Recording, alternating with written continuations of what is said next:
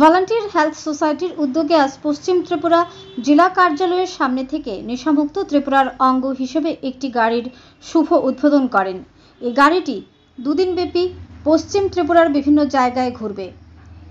এদিন এই অনুষ্ঠানে উপস্থিত ছিলেন জেলা পরিষদের সহকারী সভাপতি বিশ্বজিৎ শীল, তাছাড়া উপস্থিত ছিলেন সুজিত ঘোষ সহ অন্যান্যরা। ব্যুরো রিপোর্ট আরি ধর্মনগর। কোটি মানুষ অ্যালকোহল সেবন করে। 3.1 কোটি গাঁজা এবং 2.6 কোটি মানুষ আফিম জাতীয় দ্রব্য ব্যবহার করেন, যার একটি বড় অংশ ক্ষতিকর বা নির্ভরশীল পর্যায়ে রয়েছে। উদ্বেগজনকভাবে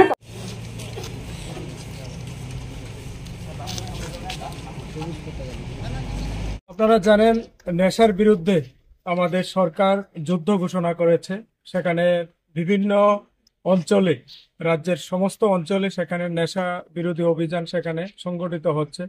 সেখানে আমাদের ভলান্টিয়ারি হেলথ অ্যাসোসিয়েশন অফ ত্রিপুরার উদ্যোগে আজকে একটি ভ্যান সেখানে শুভ যাত্রা শুরু করবে।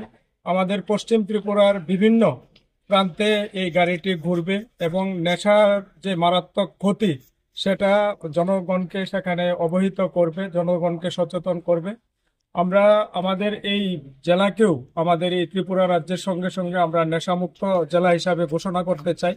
তো আমাদের ডিএম থেকে শুরু করে আমাদের যারা বিডিও যারা আছে, চেয়ারম্যান যারা আছে, পঞ্চায়েতের প্রধান যারা আছে, আমাদের জেলা পরিষদের যারা আছে, বিভিন্ন সোশ্যাল ওয়ার্কার যারা আছে, ক্লাব যারা আছে, বিভিন্ন স্বেচ্ছাসেবী সংগঠন যারা আছে, সবাইকে নিয়ে আমরা চাইছি আমাদের মাননীয় মুখ্যমন্ত্রী যে ডাক দিয়েছেন নেশামুক্ত ত্রিপুরা গঠন করার, সেই কাজে আমরা আমাদের এই জেলাতে যাতে আমরা নেশামুক্ত করতে পারি তার জন্য আমরা বিভিন্নভাবে কাজ করছি।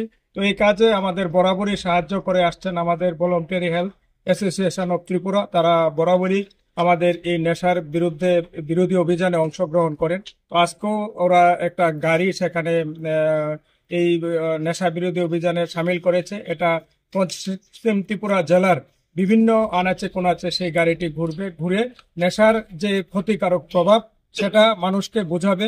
আমার বিশ্বাস এই গাড়ির মাধ্যমে অনেকেই সেখানে সচেতন হবে এবং নেশার যে প্রকোপ সেটা কমবে।